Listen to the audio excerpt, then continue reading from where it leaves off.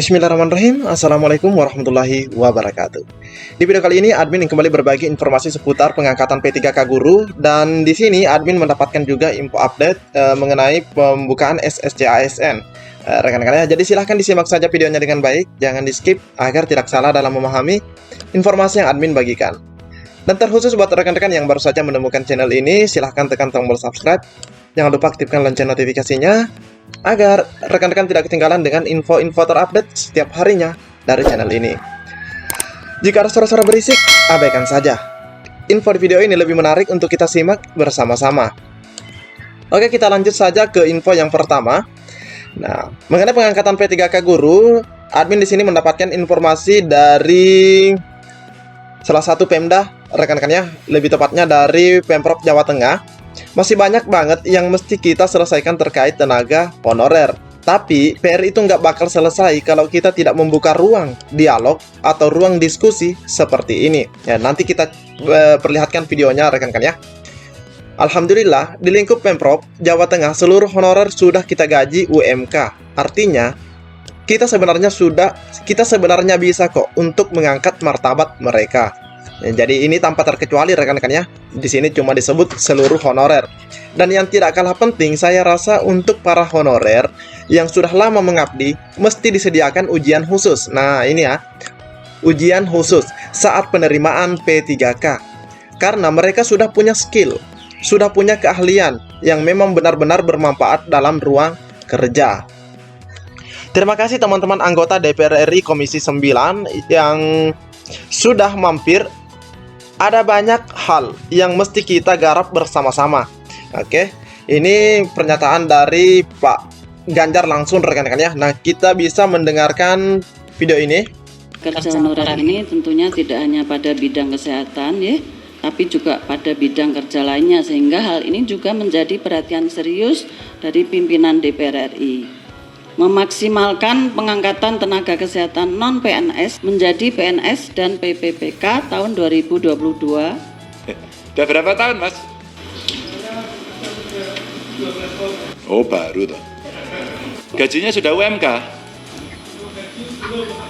Nah, itu contoh, 12 tahun. Itu kalau ketahuan, Pak, di provinsi, kepala dinasnya rampung. Kalau pola seleksinya begini nggak jalan, maka pada Pak Anas saya sampaikan, Mas Menteri usul model rekrutmennya jangan seperti ini. Jadi mereka yang sudah 10 tahun, 15 tahun, jangan dites seperti fresh graduate. Ya kalah dia. Kalau mau dites dia itu skillnya aja. Pemda memang berharap ada ruang untuk tetap mengakomodasi tenaga honorer dengan skema tertentu. Kita terus akan sharing lah ya, sharing masukan apa yang terbaik. Pak Gubernur juga memberikan masukan yang bagus yang sudah dilakukan juga. Kami catat semuanya dan kita akan sharing seterusnya. Kenapa tidak kalau memang itu semua untuk kepentingan bersama dan untuk membantu sahabat honorer ini. Nah, itu rekan-rekan pernyataan dari Pak Ganjar. Bahkan tadi ada salah seorang rekan dari tenaga kesehatan yang mengaku bahwa gajinya masih di bawah UMK. Padahal Pak Ganjar sudah menyampaikan bahwa gajinya mereka itu harusnya minimal setara dengan UMK. Oke, minimal UMK rekan-rekan ya. Nah, di sini tadi ada lagi temuan. Oke, jadi ini pernyataan baik dari Pak Ganjar tadi bahwa teman-teman yang sudah mengabdi ini sepertinya tidak harus dites berdasarkan yang fresh grad. Rekan-rekannya mereka harusnya dites berdasarkan dengan keahliannya. Oke, selanjutnya admin juga mendapatkan informasi. Bismillah, Assalamualaikum. Informasi dari orang Kemenpan RB. Nah, Kemenpan RB katanya akun SSCASN dibuka pada Kamis depan tanggal 22 September 2022. Nah, jika Kamis depan berarti tidak lama lagi rekan-rekan ya, berarti tidak lama lagi mengingat hari ini itu sudah tanggal 17. Rekan-rekan mengingat sekarang sudah tanggal 17. Jadi semoga saja rekan-rekan ya informasi ini benar dan tidak molor lagi, dan tetap kita tunggu info sebenarnya apakah benar tanggal 22 atau lebih cepat daripada itu. Karena harapan kita seperti itu rekan-rekan ya, lebih cepat lebih baik. Oke, kita lanjut lagi. Nah, mengenai data yang kemarin rekan-rekan ya dari Kota Magelang, nah kami di sini mendapatkan juga hasil rekap per mapelnya untuk guru agama Hindu itu, dan berdasarkan data Excel dan Kemenpan RB untuk dalam instansi itu penempatannya 0, sedangkan di Kemenpan RB ada 1. Berarti ini ada kemajuan rekan-rekan ya, ada perubahan. Selanjutnya untuk guru agama Islam di sini dalam instansi ada penempatan hanya 2 di data Excel ya, ingat ini di data Excel, sedangkan di Kemenpan RB ada 15.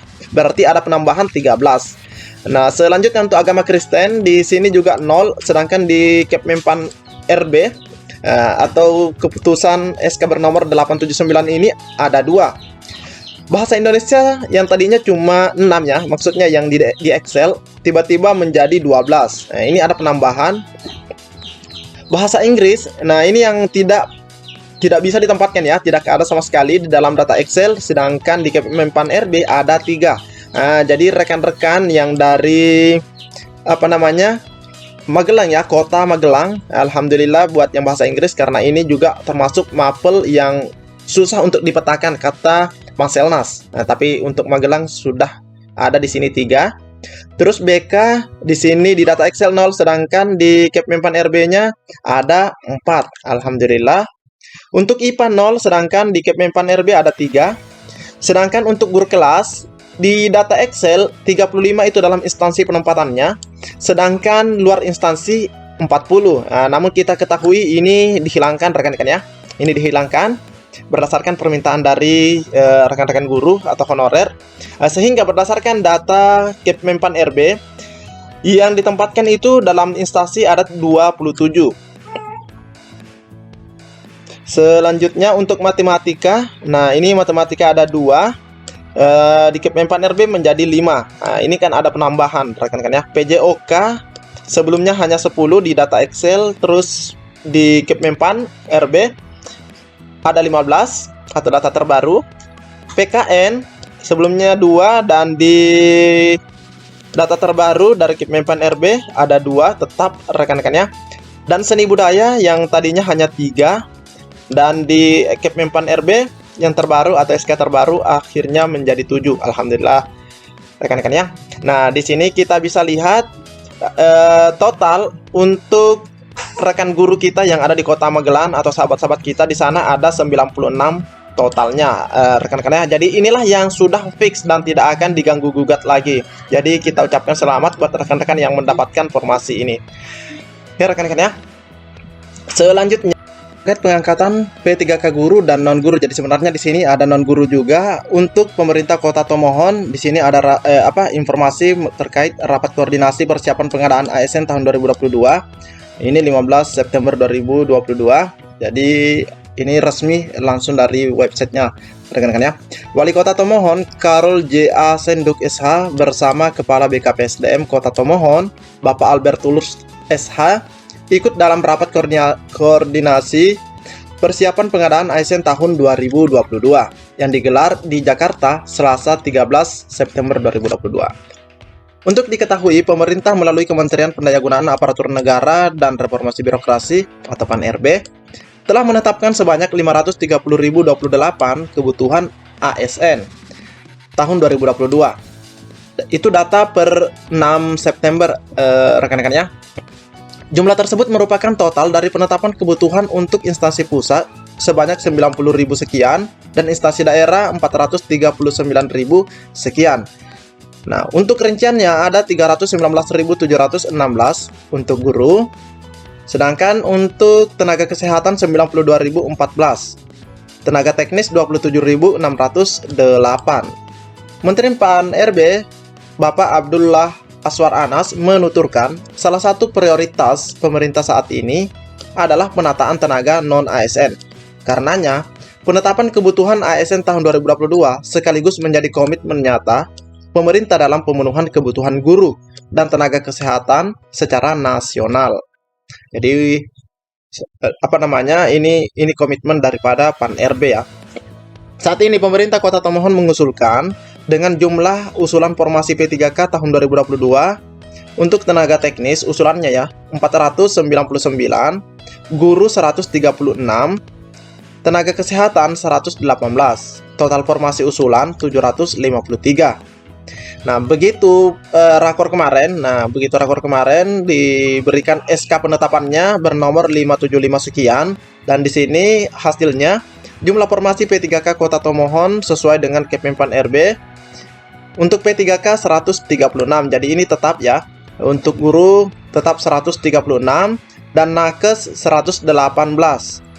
Nakes itu 118, sedangkan untuk umum di sini ada umum ada 99, sehingga totalnya menjadi 353. Jadi ini ada pengurangan dari total usulan Bapak Ibu ya. Jadi ini untuk Kota Tomohon, dan selanjutnya admin juga ingin menjawab pertanyaan dari salah seorang rekan kita yang bertanya untuk prioritas 1, apakah masih ada seleksi administrasi. Nah, jelas rekan-rekannya di sini dikatakan prioritas 1 itu tidak melalui seleksi administrasi lagi, jadi langsung saja pilih formasi. Nah, sekedar tambahan, untuk penilaiannya nanti, untuk hasilnya itu diambil dari nilai tahap 1 dan 2. Itu diambil dari nilai tahap 1 dan 2. Mana yang paling tinggi, maka itulah yang digunakan. Nah, namun berbeda untuk prioritas 2 dan prioritas 3, di sini dilakukan seleksi administrasi oleh verifikator instansi daerah. Setelah itu baru lanjut ke observasi. Sedangkan untuk yang umum, ada hal baik di sini. Untuk yang umum, apabila masih ada sisa formasi dari prioritas 1, 2, dan 3, dapat memilih kebutuhan P3K jabatan fungsional guru di seluruh sekolah wilayah Indonesia yang belum dipenuhi oleh pelamar prioritas. Jadi jelas rekan-rekannya. Dan di sini juga masih tetap berlaku afirmasi. Jadi afirmasi untuk linearitas cerdik, ingat ya, linearitas cerdik dan disabilitas itu tetap ada. Nah, jadi buat teman-teman yang punya cerdik, khususnya yang pelamar umum, silahkan dipergunakan cerdiknya, diupload cerdiknya pada saat pendaftaran. Karena rekan-rekan itu akan mendapatkan nilai plus 100% dari nilai kompetensi teknis. Seperti itu rekan-rekan ya. Jadi ini hanya sekedar menjawab pertanyaan dari rekan kita. Mungkin cukup sampai di sini. Lebih dan kurangnya admin mohon maaf. Assalamualaikum warahmatullahi wabarakatuh.